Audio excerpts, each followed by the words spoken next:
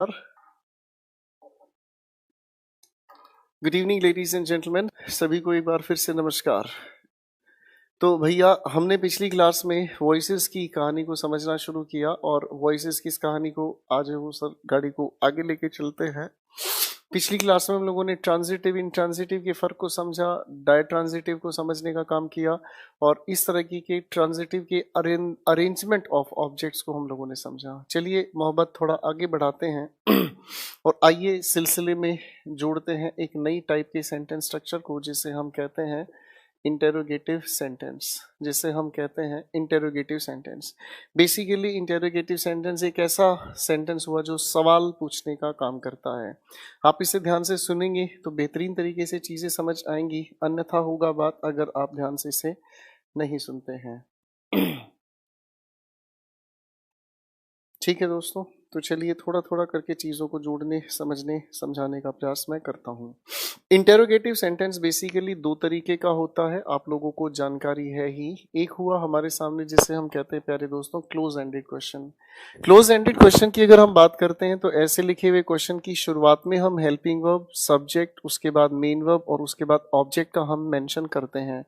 तो प्यारे दोस्तों, इस लिखे हुए सेंटेंस को जब आप पैसिव में कन्वर्ट करते हैं जब इस तरीके के सेंटेंस को आप पैसिव में कन्वर्ट करते हैं तो सबसे पहले इस हेल्पिंग वर्ब को ही जगह पर आप लोग लिखने की कोशिश करते हैं चेंज्ड हेल्पिंग वर्ब। आगे अगर हम ध्यान से समझने का काम करते हैं तो जो भी ये ऑब्जेक्ट है इसे आप लिखते हैं सब्जेक्ट की जगह। आगे हमारे पास पैसिव की मिनिमम कंडीशन और फिर हमने यूज की प्रेपोजिशन और उसके बाद हमने मेंशन किया एजेंट। ठीक है दोस्तों, अब चीज़ों को अगर हम समझने का काम करते हैं छोटे से एग्जाम्पल से। फॉर एग्जाम्पल अगर मैं कहना चाहूँ have you donated the money, मैंने सवाल आपके सामने कहा have you donated the money. अब अगर मैं कहता हूँ have you donated the money, तो बेटा इस लिखे हुए सेंटेंस का जब पैसिव आप बनाने की कोशिश करते हैं तो इस लिखे हुए सेंटेंस में द मनी का हम लोगों ने जिक्र पहले लिखा। अब इसी के मुताबिक हैव की जगह हमने लिखा हैज, आगे हमने लिखा बच्चों बीन और आगे कहा डोनेटेड बाय, और जो भी हमारे पास डूअर है उसको हम लोगों ने लिखा। फाइन, चलो एक सवाल और लिख लेता हूं। जैसे मैंने कहने की कोशिश की शुड आई पे द बिल, तो आप इस लिखे हुए सेंटेंस को जब बच्चों पैसे बनाने का काम करते हैं तो पैसे बनाने के लिए सबसे पहले तो आप लोगों ने शुड एज इट इज लिखा, द बिल सब्जेक्ट के नाम पर आप लोगों ने लिखा। ठीक है बच्चे, ये हुआ शुड द बिल। आगे हमने कहा be paid by me. Clear होगी बातचीत बच्चों? अब देखो इसी से जुड़ता मिलता एक दूसरा हुआ हमारे पास जिसे हम कहते हैं ओपन एंडेड। क्या कहते हैं बच्चों? जिसे हम कहते हैं open ended. Open ended structure की अगर हम बात करते हैं तो ओपन एंडेड स्ट्रक्चर में हम पहले लिखा हुआ देखते हैं क्वेश्चन वर्ड और इसके बाद हम आगे लिखने की बात करते हैं helping verb, subject, main verb, object, question mark. ठीक है बेटा, अब इस लिखी हुई बातचीत को अगर बड़े ध्यान से आप देखने की कोशिश करें तो ये जो भी कुछ हमारे सामने लिखा है इसी चीज को तो अभी अभी हम लोग यहाँ पर बदल कर आए हैं। अरे भाई हाँ है ना, बड़े ध्यान से देखो, बिल्कुल वही बात है। ये रही helping verb, subject, main verb, object, question mark. हाँ है ना, यानी कि क्लोज एंडेड और ओपन एंडेड में सिर्फ इसी बात का तो फर्क है, बाकी तो सारा खेल सेम ही है। अब आप इस लिखे हुए सेंटेंस का जब पैसिव बनाते हैं तो पैसिव बनाने के लिए क्वेश्चन वर्ड की जगह तो क्वेश्चन वर्ड ही रखा। बाकी का जो भी आप लोग यहाँ लिखने का प्रयास करेंगे दोस्तों, जो भी आप लोग यहाँ लिखने का प्रयास करेंगे, सारी की सारी बात आपकी एज इट इज है, इसमें कोई सवाल ही नहीं बचा हुआ, कोई नई बात नहीं। चलो अब मैं अगर मान लीजिए आपके सामने सवाल लिखना हूं व्हाट डिड शी से, अगर इसका हम पैसिव बनाने की कोशिश करें तो लिखी हुई इस सेंटेंस में व्हाट ट्रांसिटिव वर्ब का आंसर मुझे दे रहा है।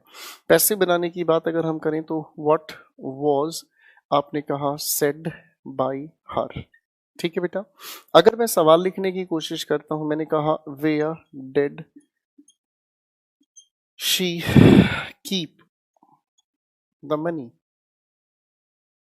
आप इस सेंटेंस का अगर पैसिव बनाने की कोशिश करते हैं बच्चों, देखो ये वेयर है, ये तो इंट्रांजिटिव वर्ब का आंसर दे रहा है, लेकिन इस वर्ब के बाद अगर मैं देखता हूँ कीप के बाद ये जो द मनी लिखा है ये तो आपका ट्रांजिटिव वर्ब का आंसर है। तो बात ये समझ आती है या तो लिखा हुआ क्वेश्चन वर्ड ट्रांजिटिव का आंसर दे या फिर वर्ब के बाद लिखा हुआ जो ऑब्जेक्ट है वो ट्रांजिटिव का आंसर दे। तो इस द मनी का अगर ट्रांजिटिव के मुताबिक आंसर तैयार हो रहा है, पैसिव बनाएंगे कोई दिक्कत नहीं, बिंदास पैसिव बनेगा। और ये हमने तैयार किया वेयर वॉज, आपने सब्जेक्ट के नाम पर लिखा द मनी, उसके बाद आप लोगों ने थर्ड फॉर्म लिखी केप्ट बाय हर। ठीक है बच्चों, तो पहले एक बार इस बातचीत से नजरें निकालो फिर आगे चलते हैं।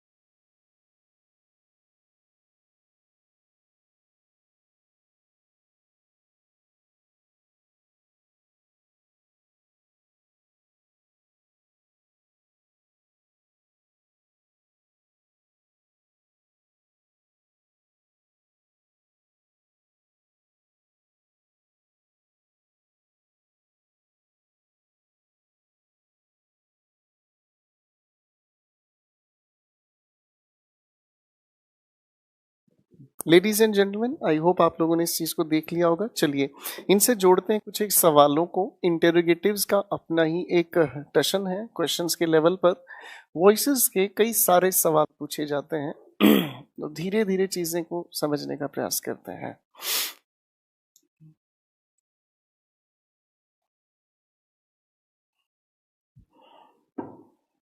मैं कुछ एक क्वेश्चंस आपके सामने लिख रहा हूं, आप साथ साथ देखें समझें, उसके बाद हम बात करने की कोशिश करेंगे।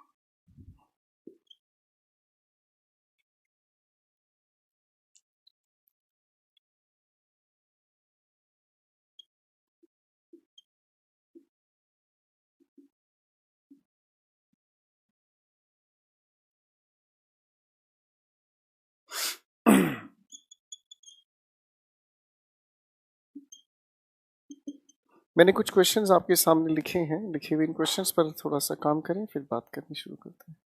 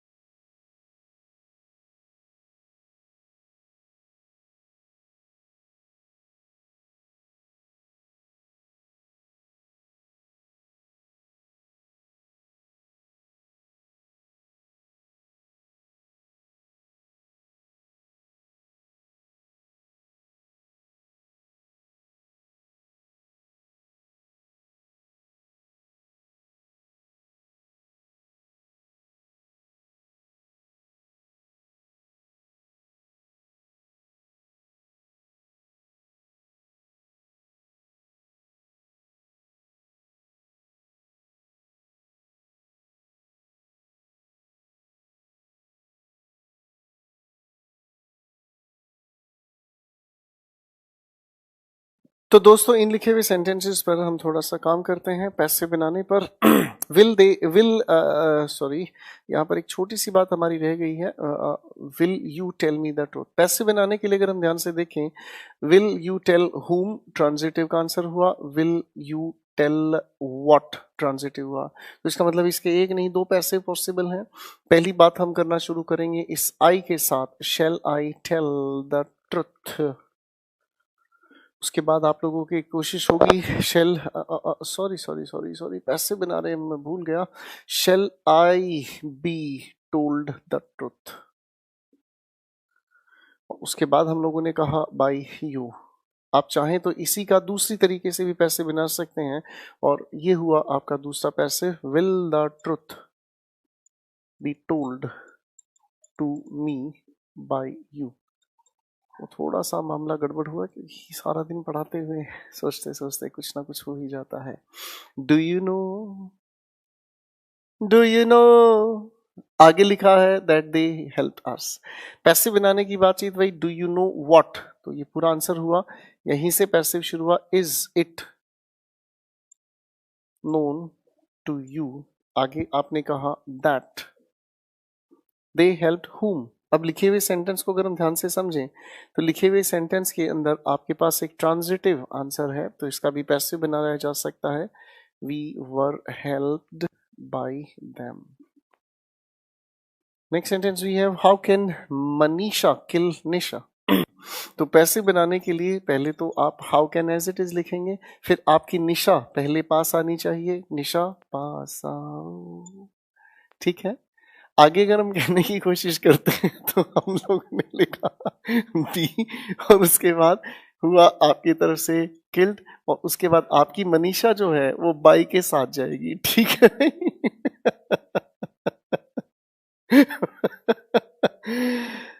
अरे कोई बात नहीं, सब ठीक हो जाएगा भाई, शिकारी हो तुम लोग, ठीक है।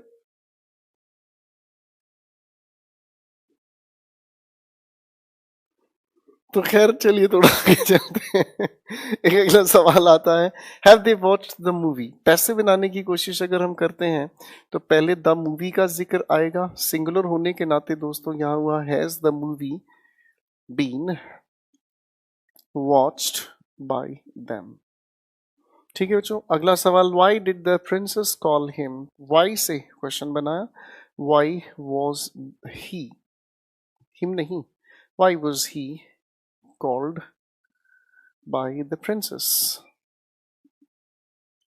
ठीक है दोस्तों। फटाफट से एक बार नजरें निकाले फिर शुरू करते हैं।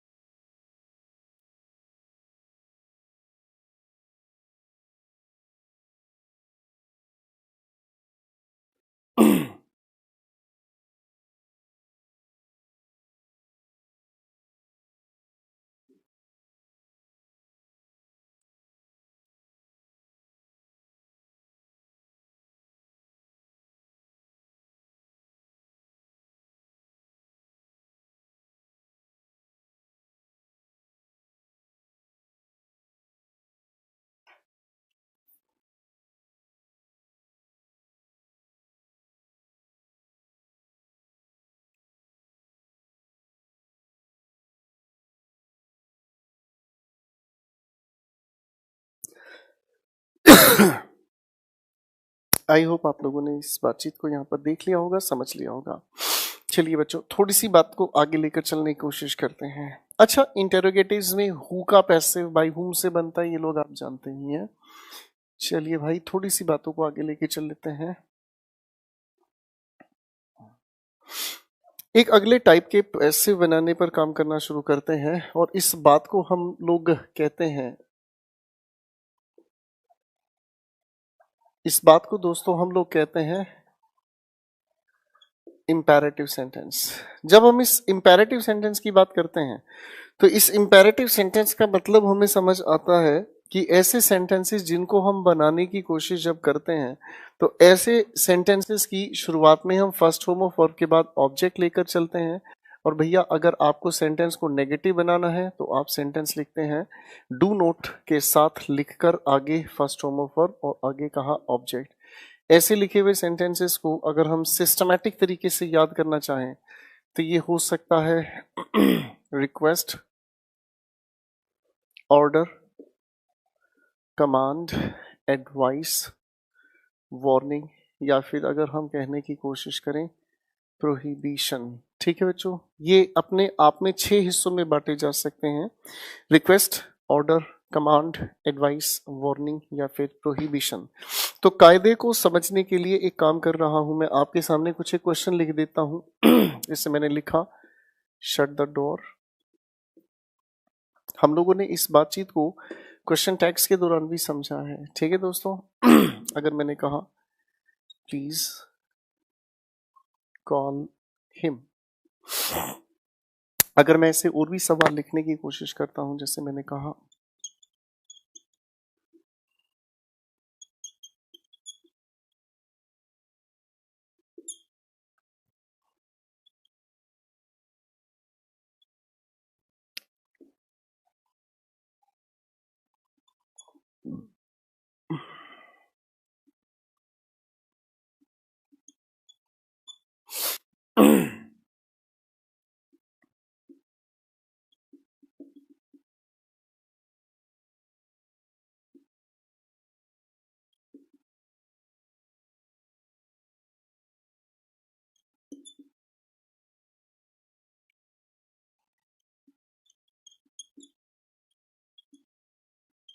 मैंने आपके सामने ये सारे के सारे सेंटेंसेस लिखे हैं, बस एक बार थोड़ा सा पढ़कर देखें, फिर मैं चीजों को समझाने पर काम करूंगा दोस्तों।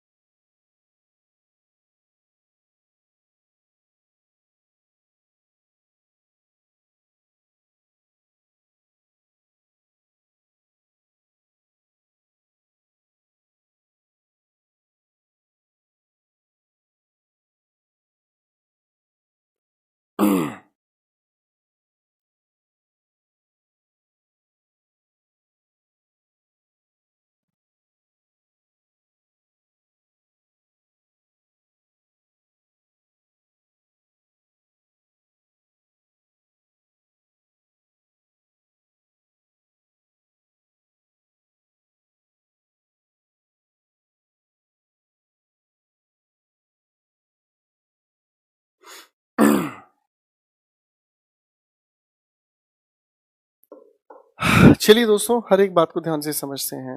हम लोगों ने पिछली क्लासेस में क्वेश्चन टैग्स की जब बात की थी तो एक बात हम लोगों ने समझी थी कि जितने भी हमारे इंपेरेटिव सेंटेंसेस हैं, सभी के सभी इंपेरेटिव सेंटेंसेस में एक बात बड़ी खास होती है और वो है अपनी टोन। और वो है अपनी टोन। आपकी टोन ऊंची भी हो सकती है, आपकी टोन नीची भी हो सकती है। मैं अगर इसी लिखे हुए सेंटेंस को ऊंची टोन में पढ़ता हूं तो मेरा सेंटेंस बन जाता है, मैंने कहा शट द डोर, तो ये ऑर्डर बनता है। अब इसी सेंटेंस को अगर मैं नीची टोन में बोलता हूं, मैंने कहा शट द डोर, तो ये रिक्वेस्ट बनता है। तो टोनल वेरिएशन की वजह से सेंटेंसेस के पैसे बनाने के तरीके बदलते हैं, ध्यान से समझें। सबसे पहली बात, अगर हम किसी भी इंसान के सामने रिक्वेस्ट या उसको एडवाइस देने की कोशिश कर रहे हैं, अगर हम किसी को भी रिक्वेस्ट या एडवाइस देने की कोशिश कर रहे हैं तो ऐसे लिखे हुए सेंटेंसेस की शुरुआत में हम लोग ऑब्जेक्ट यूज करते हैं। आगे हम लोगों ने लिखने का काम किया शुड, आगे लिखा बी और उसके बाद थर्ड फॉर्म ऑफ वर्ब। ऐसी बात के सेंटेंसेस में टोन हमेशा लो रहती है, टोन हमेशा लो रहती है, कम, नीची, मंदी टोन में हम बोलने की कोशिश करते हैं। ठीक है, आप अगर इसी तरह के लिखे हुए सेंटेंसेस में अगर किसी भी इंसान के सामने ऑर्डर या फिर अगर देने की कोशिश करते हैं कमांड, तो ऑर्डर या कमांड की वजह से आपकी टोन ऊंची रहती है। आपकी टोन ऊंची रहती है और टोन ऊंची होने का तरीका हुआ पैसे बनाने का लेट, उसके बाद हम लोगों ने लिखा ऑब्जेक्ट, आगे लिखा बी और उसके बाद हमने कहा थर्ड फॉर्म ऑफ वर्ब। ऐसी टोन जब ऊंची होती है तो पैसे बनाने का तरीका बदल जाता है। अब अगर हम समझने का काम करते हैं, लिखा हुआ सेंटेंस शट द डोर, अरे सवाल ये उठ गया दिल में कि इसे पढ़कर कौन सुनाएगा। तो भैया किसी सेंटेंस की टोन को फिक्स करने के लिए अगर रिक्वेस्ट बनाना है तो हम उससे पहले प्लीज का यूज कर सकते हैं। अगर नहीं है तो हम इसे ऑर्डर कैटेगरी में मानते हैं और पैसिव हमने बनाया भैया let the door be shut. Next sentence help me, क्या आप इस लिखे हुए सेंटेंस को ऑर्डर कह सकते हैं?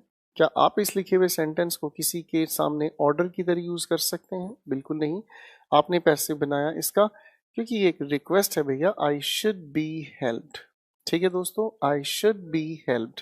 Next question we have please call him. अगर हम इसको समझने की कोशिश करें, प्लीज कॉल हिम, तो बच्चों इसका जब हम पैसे बनाने की कोशिश करते हैं तो प्लीज होने की वजह से रिक्वेस्ट हुआ और इसीलिए पैसे बनाना शुरू हुआ, ही शुड बी कॉल्ड। ठीक है बच्चों, he should be called. Clear हो गई बातचीत भाई? अगले सेंटेंस पर काम करते हैं, लिखा do not waste your time, किसी इंसान के लिए एक एडवाइस है, इसलिए पैसिव जब बनाने की बात हम करते हैं तो ये should not, sorry sorry sorry sorry, passive बनाने का काम हुआ your time, your time should not be wasted. अगले सेंटेंस पर अगर हम काम करते हैं, लिखा है गो होम। आप ऑब्जर्व करेंगे गो के बाद ये होम वेयर का आंसर दे रहा है और इससे पहले ये जितने भी सेंटेंसेस हमने बनाए सब के सब तो ट्रांजिटिव थे, लेकिन इस लिखे हुए सेंटेंस का अर्थ ट्रांजिटिव नहीं है, इंट्रांजिटिव है। इंट्रांजिटिव का मसला हल करने के लिए ही, फिर कह रहा हूं, इंट्रांजिटिव्स का मसला हल करने के लिए ही हम लोगों ने तरीके को सुधारा और पैसे बनाने के लिए पहले लिखा, क्या चीज लिखा भाई साहब, यू, और इसी यू के ठीक बाद हमने एक हेल्पिंग वर्ब लिखी दोस्तों, आर। क्या लिखा? और जो भी टाइप का ये सेंटेंस है हम उसी की थर्ड फॉर्म इसके साथ जोड़ कर चलते हैं आगे, रिक्वेस्टेड। ऑर्डर की अगर हम बात करें तो ऑर्डर, कमांड अगर नजर आ रही है तो कमांडेड, एडवाइस नजर आ रही है तो भैया एडवाइज्ड, और अगर हम एडवाइस के अलावा वार्निंग देने की बात कर रहे हैं, वार्नड, और अगर वार्निंग के अलावा अगर हम कहने की कोशिश करें प्रोहिबिशन, बेटा प्रोहिबिशन का मतलब होता है जब आप किसी को किसी काम करने से लीगल तरीके से रोकते हैं, प्रोहिबिशन की बात करते हैं। जैसे एक धारा है निशा, एक धारा है 144, सुना हमने? एक धारा है 144, क्या होता है उस धारा का अर्थ? कुछ लोगों की पर्टिकुलर संख्या से ज्यादा की संख्या के लोग एक साथ इकट्ठे नहीं रह सकते, नहीं, उनका अर्थ ही हो जाता है कि ये इकट्ठे मिलकर षड्यंत्र रच रहे हैं। ठीक है ना भाई? चलो एक्चुअली मैं खुश इसलिए हूं, अभी अभी हमारी फैमिली में निशा पैदा हुई तो ये सभी के सभी हमारे जो सेंटेंसेस बनाने का तरीका वो थर्ड फॉर्म हुई। और बच्चों इससे आगे अगर हम चलने की बात करें तो भैया जोड़ा हमने टू के साथ और फर्स्ट फॉर्म आगे लिखी हम लोगों ने। क्लियर है? अच्छा एक बात और याद रखना भाई, अगर सेंटेंस आपका नेगेटिव है तो नॉट पहले लिखा, टू और उसके बाद फर्स्ट फॉर्म ऑफ वर्ब। ठीक है बेटा, इसका थोड़ा सा ध्यान रखें। क्लियर है? अब मैं इन सेंटेंसेस पर काम करना चाहूंगा। लिखा है गो होम, तो आप जब इसका पैसिव बनाने की कोशिश करोगे तो गो होम इंट्रांजिटिव हुआ, आपने कहा you are ordered to go home. ठीक है बच्चों, अगले सेंटेंस पर काम करते हैं। लिखा है मार्च अहेड, बेसिकली ये मार्च के बाद वेयर का हमें आंसर दे रहा है, तो इंट्रांजिटिव होने के नाते इसीलिए इसका भी पैसिव हमने तैयार किया, you are commanded to march ahead. अगले सवाल पर काम करते हैं। स्टैंडर्डीज स्कूल लेवल पर हमने सुनी थी, ये कभी बोली जाती थी बातें, तो स्टैंडर्डीज का मतलब हुआ you are commanded to stand at ease. ठीक है भैया, अगली बात पर काम कर लेते हैं। लिखा है काइंडली सिट डाउन। बच्चों देखो, काइंडली आपकी रिक्वेस्ट मेंटेन करता है और सिट के बाद ये वेयर का आंसर दे रहा है इंट्रांजिटिव, तो इसका भी आंसर बनाना हुआ यू आर रिक्वेस्टेड। इस बात को याद रखें, रिक्वेस्ट अगर कर रहे हैं तो काइंडली कहने की जरूरत नहीं है, you are requested to sit down. ठीक है भैया, अगला सवाल आता है डू नॉट ड्राइव। ऑब्जेक्ट नहीं है, इंट्रांजिटिव हुआ, तो यू आर। अब वार्नड लिखते हो तो भी लिख सकते हो। प्रोहिबिटेड की अगर हम बात करते हैं तो प्रोहिबिटेड अपने आप में ही नेगेटिव शब्द है, इसलिए इसके बाद हमें नॉट लिखने की जरूरत नहीं है। You are prohibited to drive. अगला सवाल हैव सम रेस्ट, ये किसी इंसान के लिए एक रिक्वेस्ट की बात है, एडवाइस की बात है, तो आप इसे कहने की कोशिश करेंगे यू आर एडवाइस लिख लेते हैं, की बात है। You are advised to have some rest. पहले इनको ध्यान से देखें, फिर आगे चलते हैं। ठीक है बच्चों।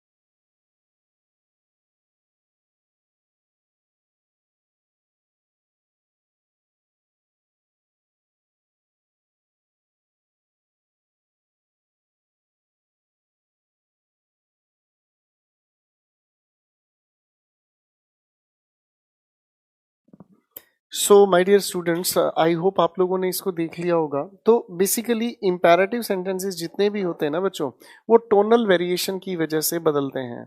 तो टोन की वजह से रिक्वेस्ट या एडवाइस का फॉर्मेट ये हुआ, और आपको विश्वास नहीं होगा, सीजीएल प्रीलिम्स 2019 के लगातार 3 या 4 सिटिंग में ये क्वेश्चन इसी फॉर्मेट से बार बार पूछा गया है। खैर, आइए चलते हैं आगे।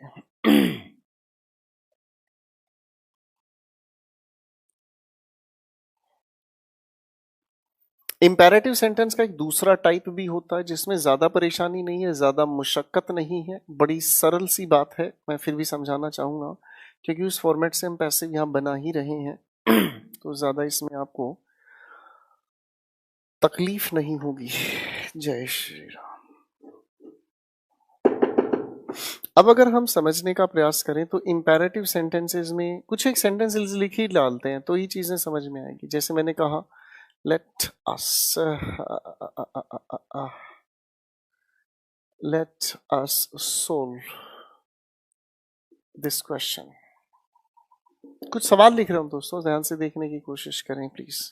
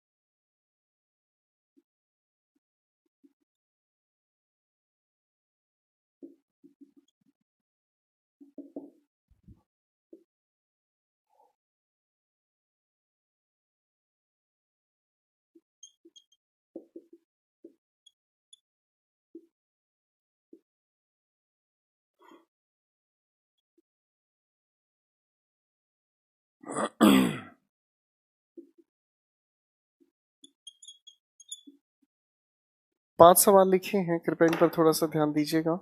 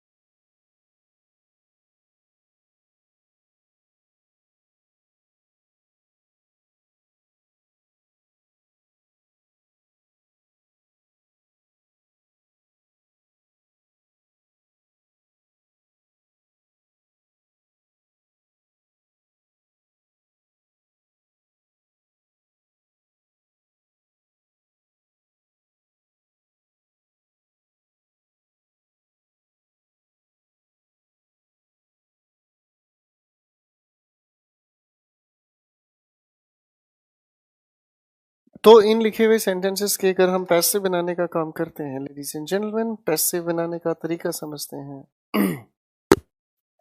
सेंटेंस नंबर 1 पर अगर हम काम करते, देखो अब मैं जो बताना चाह रहा था बेटा, लेट से बना हुआ है ये सेंटेंस, है ना। अब लेट से बना हुआ ये सेंटेंस है तो लेट का पैसिव तो सिंपल हो गया बनाना, कोई नई बात नहीं। लेट को तो हमने एज इट इज रखा और इस लिखे हुए ऑब्जेक्ट को सब्जेक्ट के नाम पर लिखा। लेट दिस क्वेश्चन, आपने कहा बी सोल्ड बाय अस, कोई नई बात नहीं बेटा। सेंटेंस नंबर 2 की अगर हम बात करते हैं, लिखा keep silence and please do not disturb. Sentence के अंदर एक नहीं दो, आप कीप साइलेंस किस तरह से कहोगे? आप कीप साइलेंस कहने की जब कोशिश करोगे तो कीप साइलेंस कहने के लिए आपकी टोन ऊंची होगी, और टोन ऊंची हो, भाई सामने शोर हो रहा है तभी तो आप कहोगे keep silence.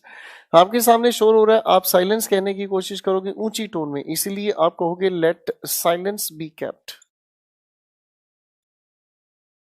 And please do not disturb. इसके पास सब्जेक्ट नहीं, इंट्रांजिटिव, इसलिए यू आर प्लीज होने की वजह से रिक्वेस्टेड नॉट टू डिस्टर्ब। यही तो कंफ्यूजन दी जाती है, सेंटेंसेस के छोटे छोटे नेचर बदल दिए जाते हैं बेहोश करने के लिए।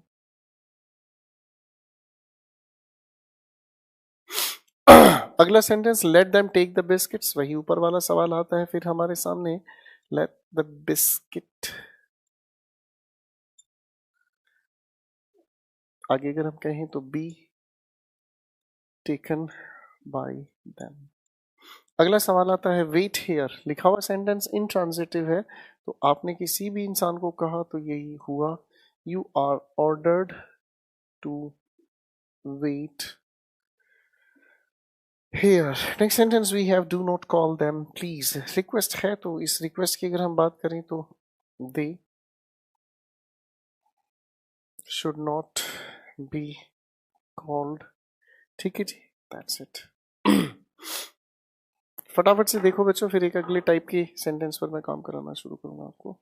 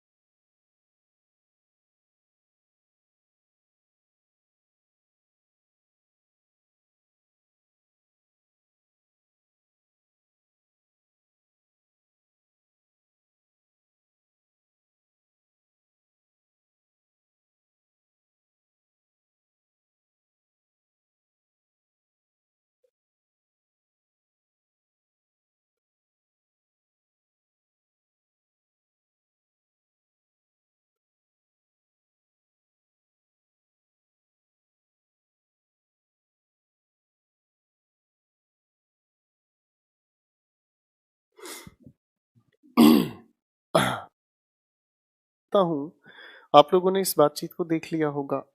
चलिए दोस्तों, एक अगले टाइप के सेंटेंसेस से भी मैं मिला देता हूं आप लोगों को, और फिर बात बचती है हमारी प्रैक्टिस वाले डिस्कशन पर। We will have that discussion.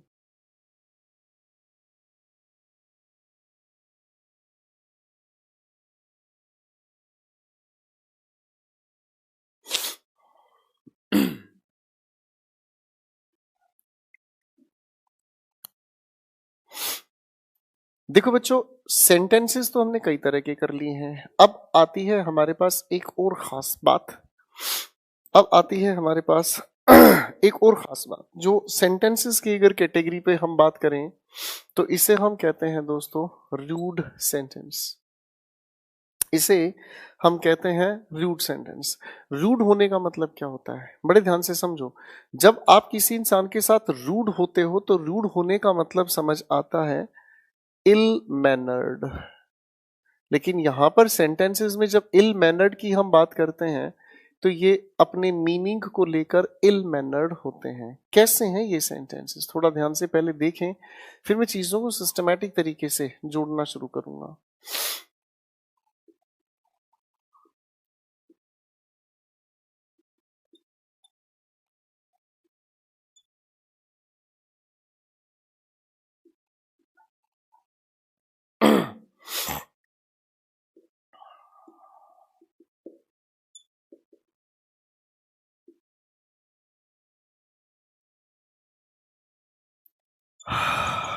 जय श्री राम।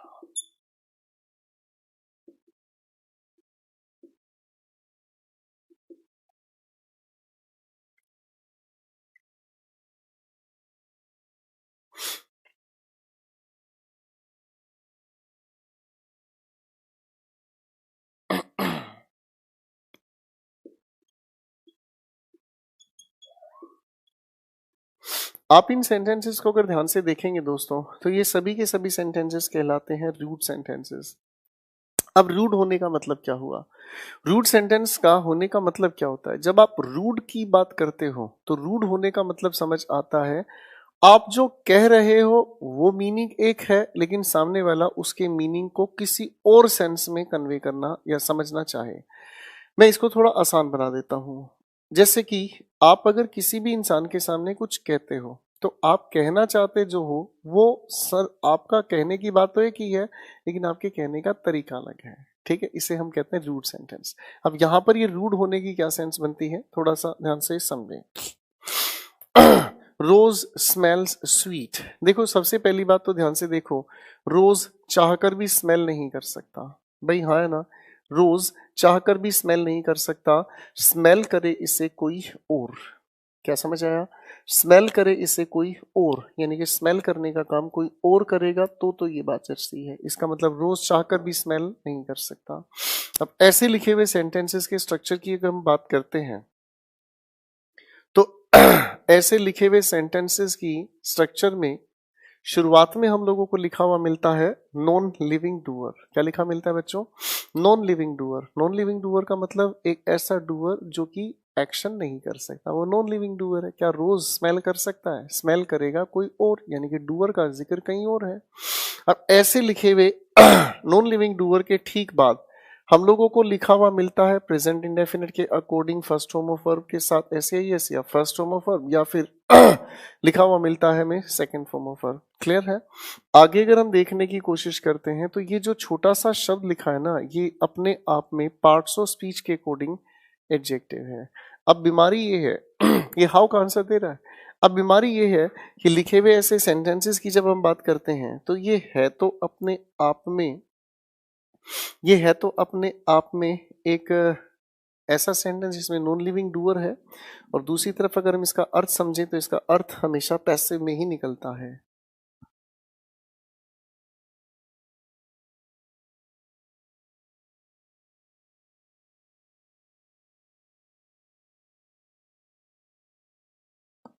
तो भैया अब आप अगर इसको समझने का काम करें तो इसे रूड क्यों कहा गया है, क्योंकि ऐसा लिखा हुआ सेंटेंस का स्ट्रक्चर तो एक्टिव में है लेकिन अगर आप इसके मीनिंग को समझें तो इसका मीनिंग हमेशा पैसिव में निकलता है।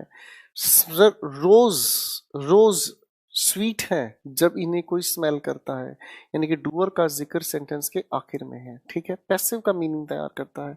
तो बच्चों इसी के आधार पर इसका हम पैसिव तैयार करते हैं।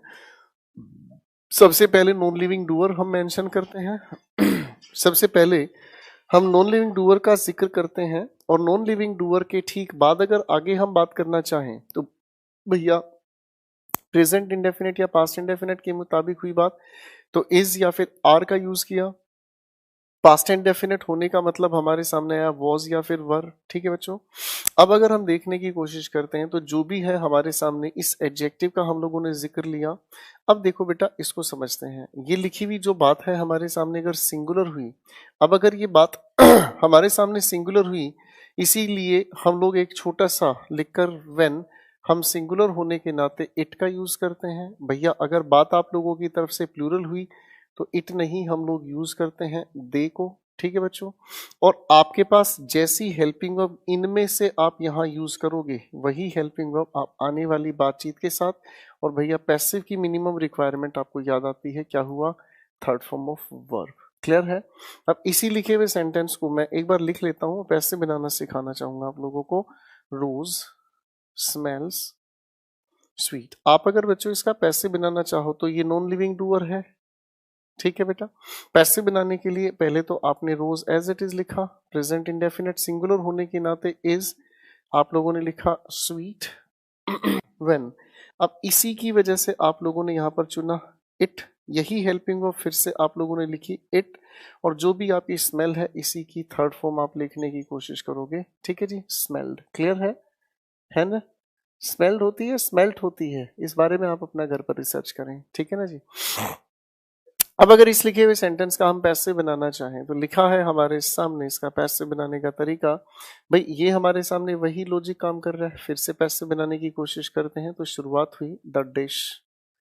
ठीक है भाई, लिखा हुआ सेंटेंस द डिश। आगे अगर हम देखें तो पास्ट इंडेफिनिट होने के नाते आप लोगों ने लिखने की कोशिश की वॉज टेस्टेड। कोई दिक्कत नहीं, बिल्कुल गलत लिखा बेटा, बिल्कुल गलत लिखा। सिर्फ और सिर्फ वॉज का आप लोग जिक्र करेंगे, पास्ट की वजह से वॉज आपने लिखा। अब लिखेंगे आप डिलीशियस, जो कि एक एडजेक्टिव है। आगे लिखा व्हेन, सिंगुलर होने के नाते यहाँ पर आपने चुना इट।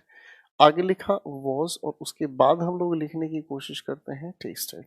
क्लियर है जी। अब अगला सवाल आता है, इसको भी हम लोग लिख लेते हैं। मैंने लिखा the box was heavy when it was weighed. कई बार परीक्षा में पूछा जाता है। एक अगला सवाल हमारे सामने आया, इसको भी हम लोग देख लेते हैं। भाई मैंने इसके नाम को समझा, quinine is bitter when it is tasted. Right, next sentence we have the quilt feels soft।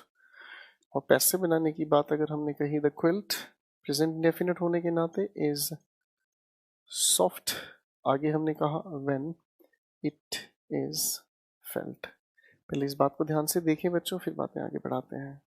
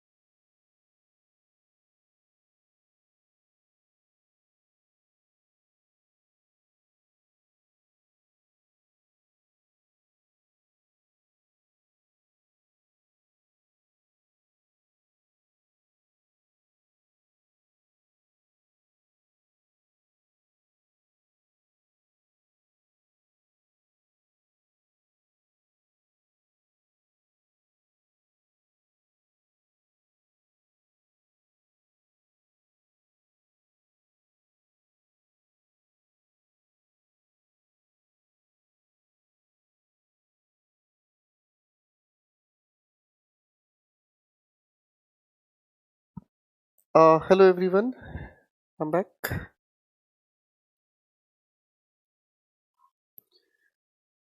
Sir ज़रा कमेंट्स लगाएंगे फटाफट से.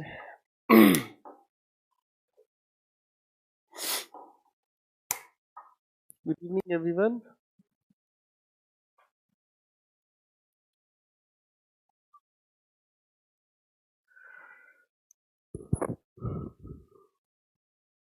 Good evening everyone.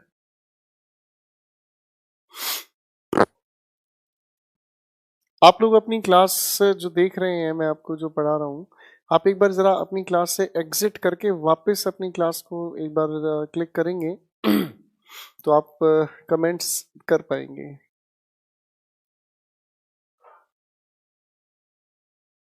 आप एक बार एग्जिट करके वापस क्लिक करेंगे तो आप कमेंट कर पाएंगे. Good evening, good evening.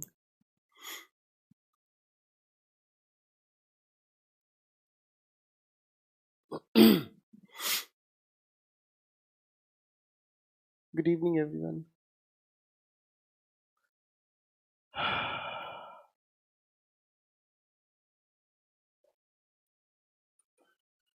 Voices का हमारा डिस्कशन कंप्लीट है यहाँ पर. और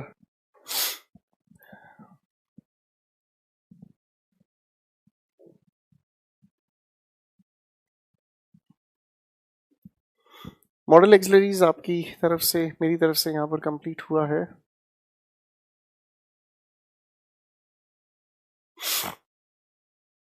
गेट लोस्ट का पैसिव क्या होगा? गेट लोस्ट बेसिकली इसके पास कोई ऑब्जेक्ट नहीं है. पैसिव बनाने के लिए you are ordered to get lost.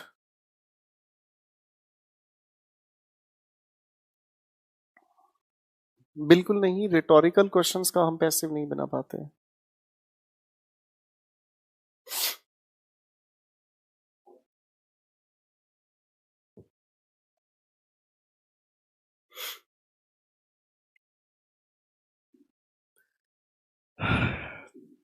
तो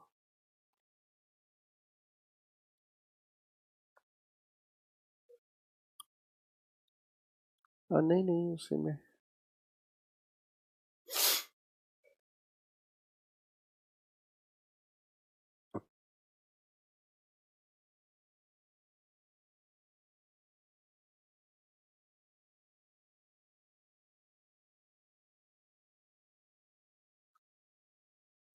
आपके साथ आज पैसिव की हम लोगों ने कहानी को कंप्लीट किया है. और कल मेरी आपके साथ मुलाकात होगी आपके निश्चित समय पर.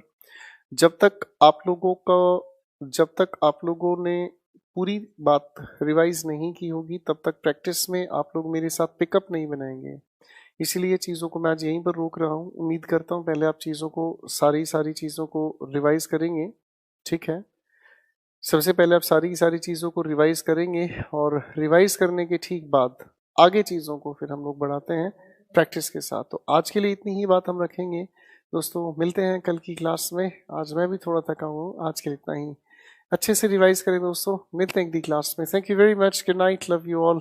God bless you. सबकी शादी समय से हो.